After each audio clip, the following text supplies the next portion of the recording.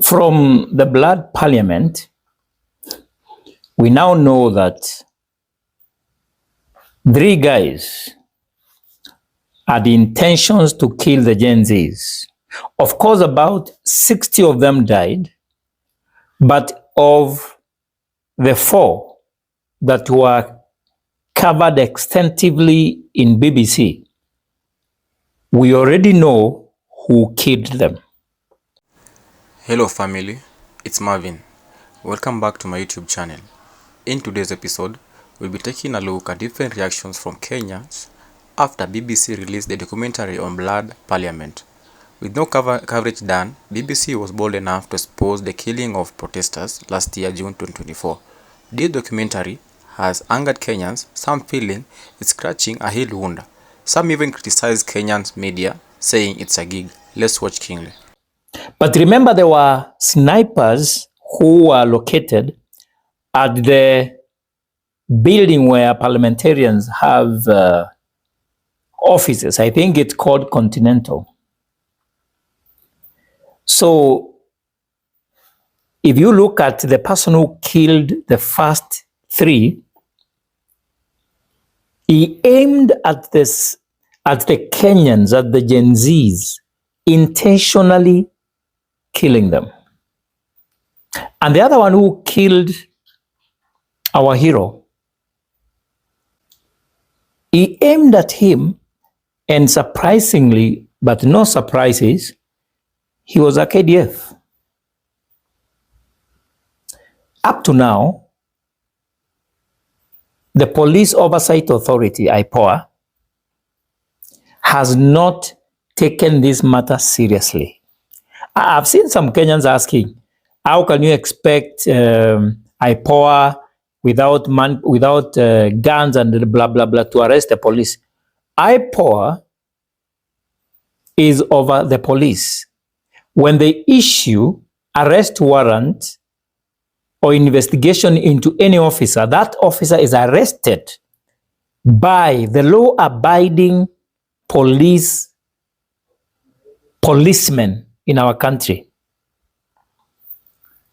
So, why has it not done so? Simple. The killers are known. The murderer, we know who it is. They are being protected.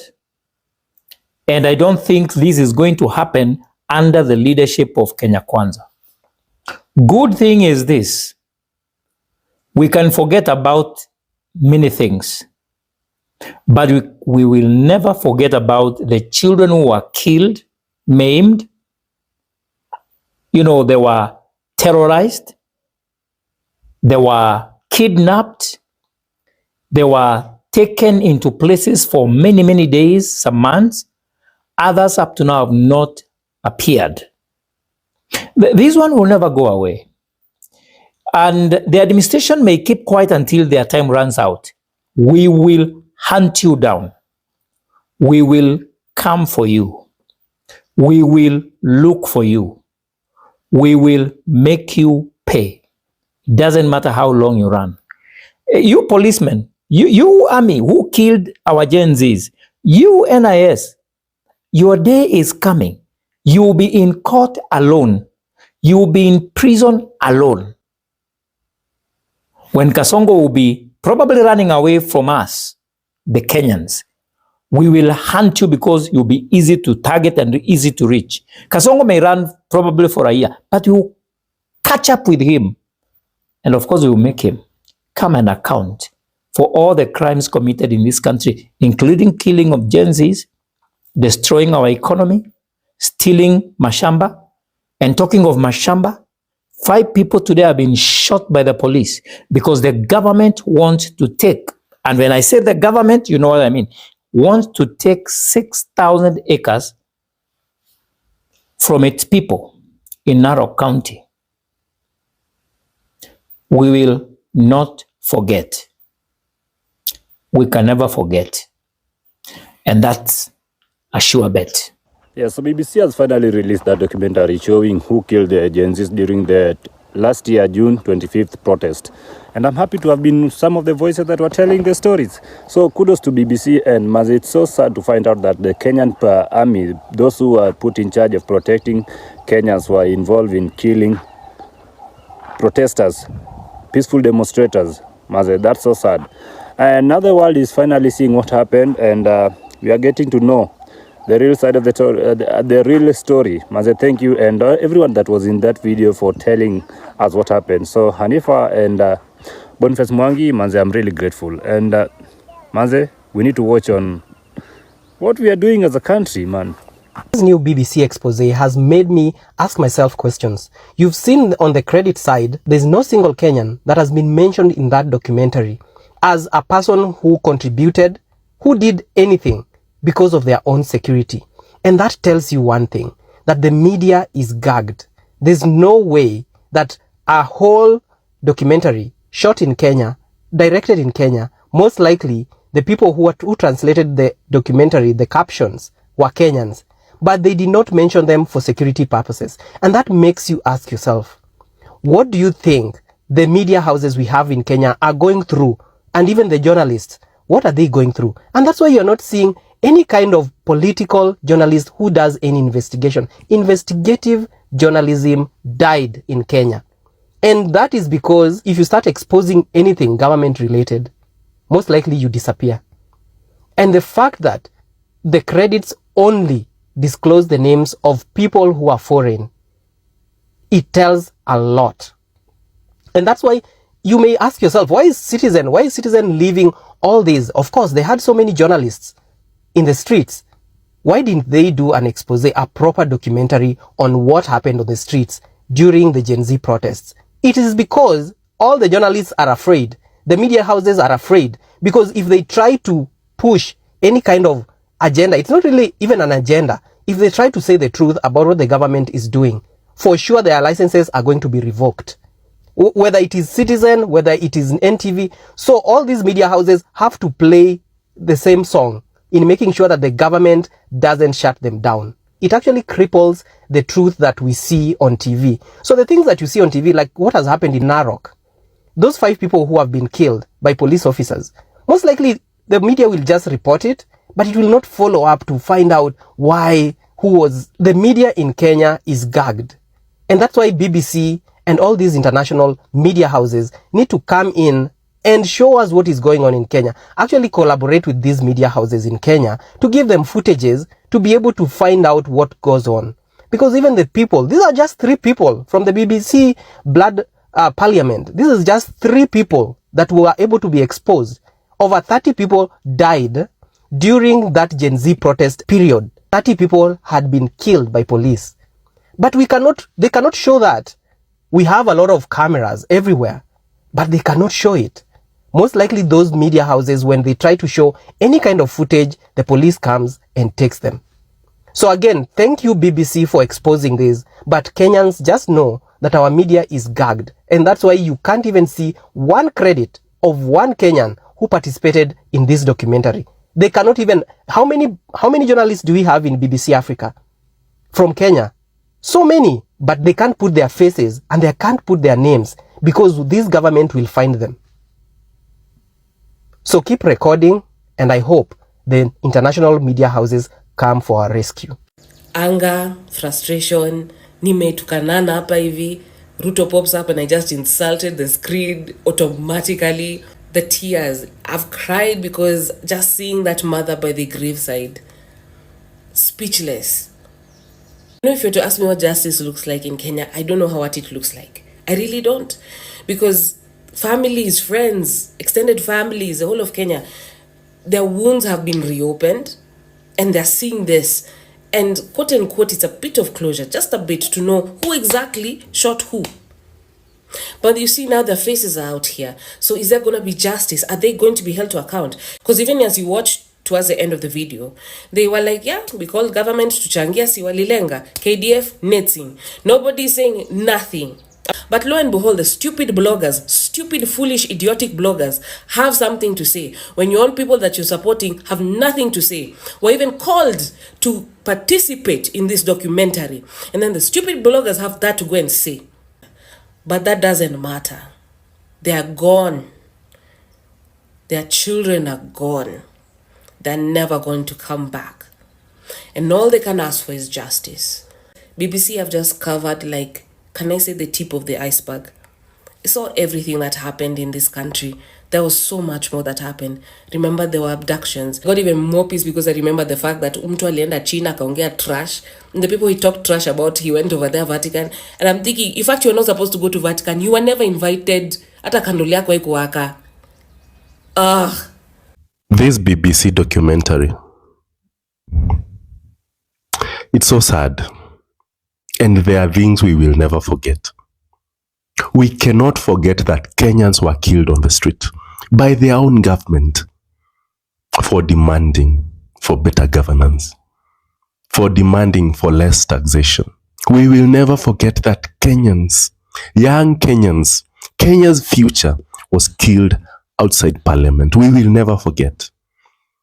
And one day, all the perpetrators, everyone involved, will be brought to book. One day, we will get justice for everyone, every last Kenyan who was murdered on that fateful day of June 25th. One day. And that day is coming soon. And to the KDF, please clean your house. That person who shot 3 comrades just outside parliament must be brought to book. We need to see justice being done. We demand justice. Otherwise, we will never trust you again. Through BBC, ndo nimeelewa the real definition of due diligence. So mtu akikwambia I will do my due diligence, lazima afanye kama BBC. Those people, they were very thorough. Imagine, they are calculating the length between the shooter and the protester. The camera angle. Wanachukua protector wanakuwekea pale, wanakuambia the angle was 60 degrees. Toka kwa protester mpaka kwa the shooter. Wanacalculate the circumference to volume ratio. Wanacalculate the camera angle in a 360 form. Wanaizungusha kamera hivi. Yani, wameapply statistics. Wakeka ile match and mismatch. Huyu anaweza kuwa ni yeye ama huyu si yeye. Waka-apply probability. Waka-apply ntuanga nini? Geometry. Anakuambia angle, distance, the volume, the what, everything. That is now the due diligence that we are talking about. Hao wengine wanasema they are based in East and Central Africa, in Central Africa. Kama media enye haiko Kenya, iko international, haikuwa hapo hiyo maandamano ikifanyika, can do that kind of work. I wonder citizen what they are doing.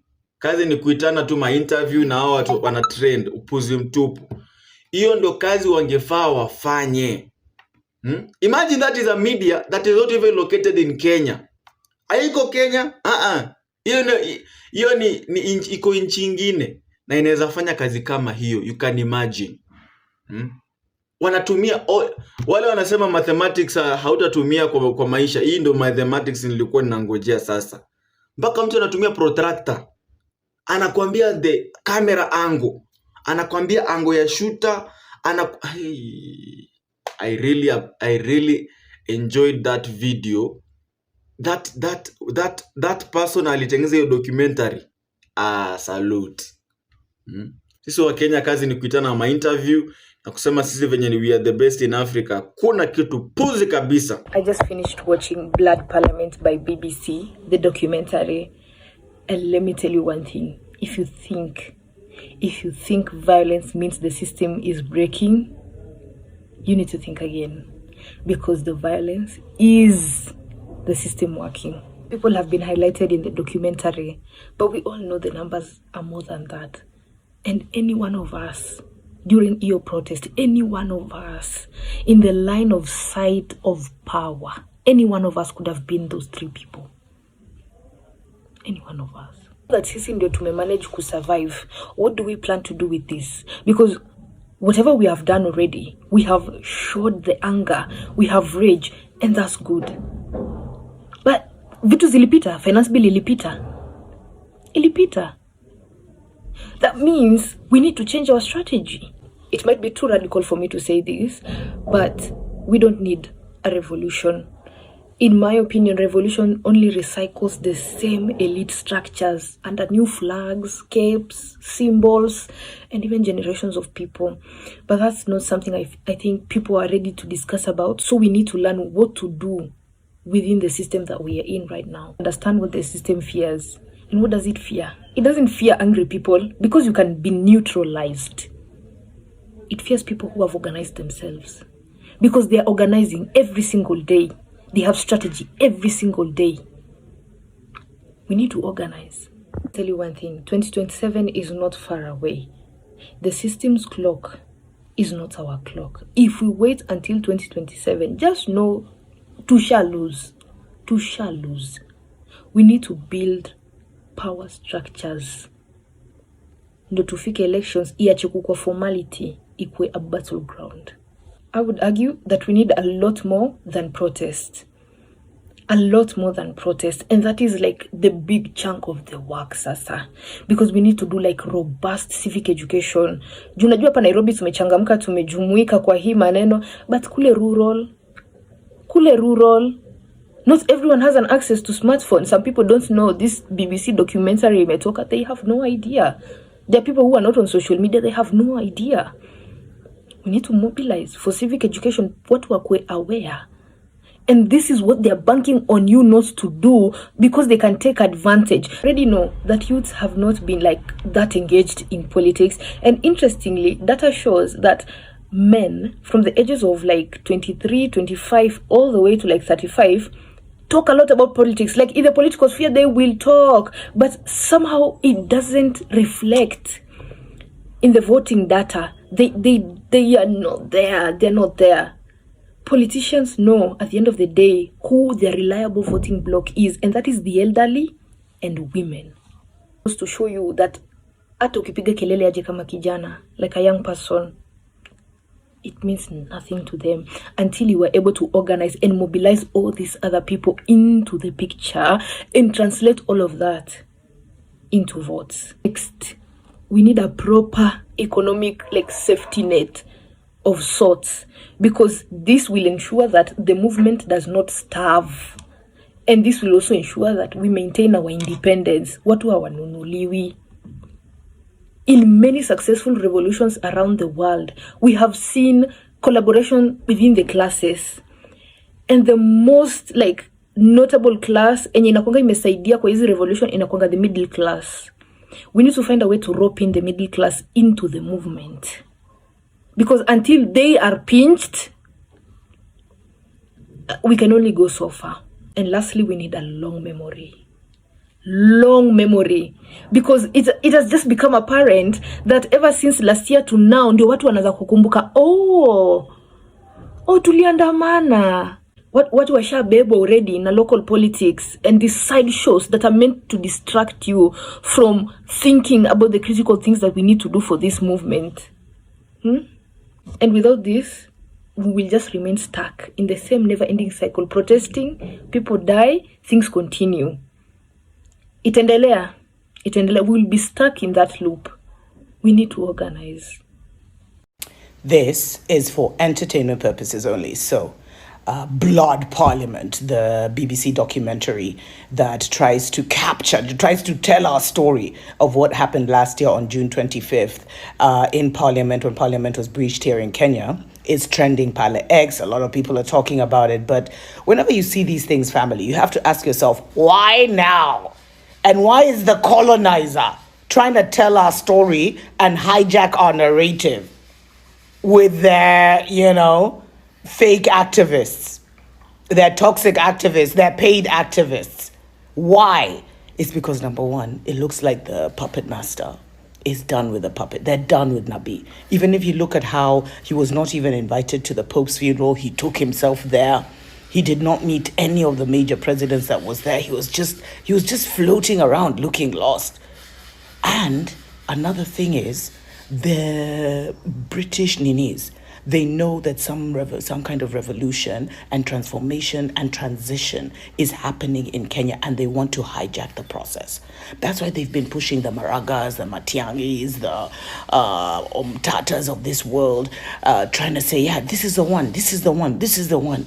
And now coming out and doing this documentary where they try and tell our story and, oh, look what happened, is their attempt to try and not only hijack the narrative, but lie to us and Gen Z and Kenyans in general that they stand with us in our fight for justice. Don't fall for the BS. Hi guys, I have just finished watching the Blood Parliament documentary by BBC Africa, and I have watched that documentary in utter disbelief and heartbreak. The horrifying truth, guys, is that our own government, the one meant to serve and safeguard us, killed its own young people. The Kenya Defense Forces turned their weapons to the young people of this country who are doing nothing but just try to raise voices seeking justice. This is not just a documentary, but it's kind of a mirror to a nation in crisis. And it is so painful that this nation had to be Kenya, our beloved country. I want to urge you to watch this documentary. Let it break your heart, and let it collectively fuel our rage and grief as we mourn our departed soldiers, so that you are able to make collective best decisions in the upcoming general elections. And this documentary is very timely because we only have 2 years and some few months to the next general election. I hope you share it on to your beloved. I hope it fuels our rage. I hope it pushes us to be able to make the best decisions for the future of this country. Thank you. Well, that BBC documentary has just answered a lot of questions about who, what, when, and how things were handled during the demonstrations in June and early July. And one of the things that I've just cleared my mind about is the complicit nature that our Kenyan Defense Forces have on the ruling class or the president. They are, just like the general said the other day, their loyalty is not to the Constitution of Kenya. It's to the government in place.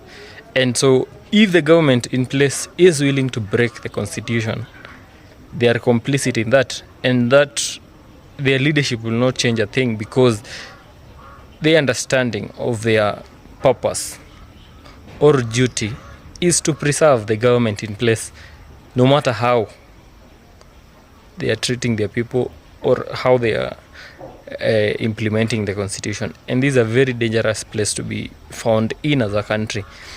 And I feel that if Kenyans do not wake up and see this 2027 as a fallacy, you're just being told by the political class that we should prepare and come out, vote in 2027, and this will change everything.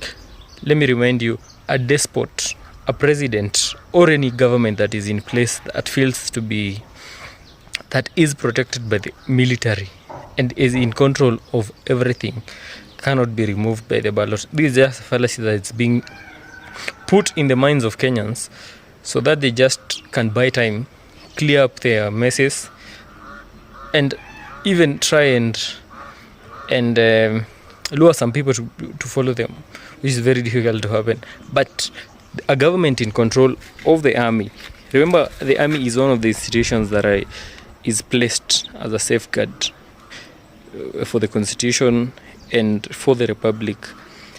But by the army, the military, I mean, being captive to the political class, this is just as worrying as losing a country. This is something that Kenyans should be very wary about Kenyans should be extremely worried about the future going forward with this state of affairs. It should change, and if not now, we could be in big trouble. See, the more you watch the BBC documentary, the more angry you get and the more angles you see. Like how the members of parliament were in a rush to pass the finance bill inside Bunge when outside young people were being murdered and shot at. I hope you have seen the documentary, the BBC documentary. If you haven't, what are you doing with your life? Like, the country is in shambles. Like, we need to talk about it. It's also so crazy how the documentary was being put off. Like, they were trying to get the documentary not to come out. In the end credits of the documentary, you see they even like went to the police to get the documentary. Like, it's crazy. And I just love how the documentary highlighted Ruto and how fucking insane he is. Like, he's lying on a public stage. And honestly, nimeona hiyo documentary pia, and I was like, wow, Kenyans, like, we ate that baka. Like, we actually did that. We came as one, and we just like, me, I remember I was in the protest, and like imagine that was me die. Like, imagine I would have died. Like, people just go to the protest to like fight for their rights, and they're peaceful protests, and then like people like the KDF or like the policemen who went rogue, like they just shoot a person, and they were supposed to protect the people. And you know, when you see these documentaries come out on YouTube, it's always like, yeah, they're just like trying to like, make videos out of it. But like, this was very detailed, like the 3D rendering.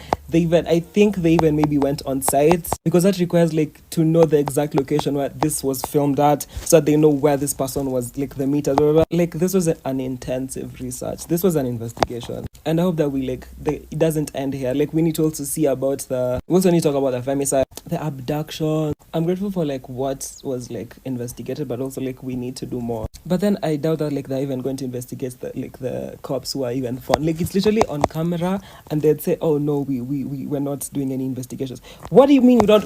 Like, we're doing the investigations for you, and you just like, you can't catch the criminal? That's fucked up. And right now, I think this is the next logical thing to do as a Kenyan. Like, if you're a Kenyan right now, make sure you pay attention to the politicians that are right now currently seated in parliament, because if you don't, they're going to run again for the seat, and then they're going to give you the same bullshit lies. Actually, they helped you do this, they helped you do that, well, in fact, they were like even saying, yes, the finance bill, yeah. It's crazy. Also, like, I guess congratulations to, I don't know if Babu Owino is like a good person, but like at least he was like contributed to like the rejection of the finance bill. But I'd really, really, really urge you guys to watch that documentary. It will give you hope that like we can actually be one. I know there's so many nuances of like, you just see random videos over here and over here, so you can't like put the pictures together. But like, that documentary really like showed like the timelines, or like how everything panned out through the whole day. And it shows that like actually people didn't go there to actually kill the parliamentarians, the people in parliament. They went there to like just give a message that like we're not happy with the leadership. It's just so unfortunate. But like, I have hope for us. We got this hoes. We've got this. Having watched the above videos keenly, it's clear enough Kenyans applaud BBC for exposing the Blood Parliament protests. Kenyans see this as a shallow expose, since they want BBC to do a deeper documentary shedlighting how Kenyan media groups hide so much from Kenyans. Should BBC continue with this exposure? Let me know what you think, and don't forget to like, subscribe and share. Thank you, family.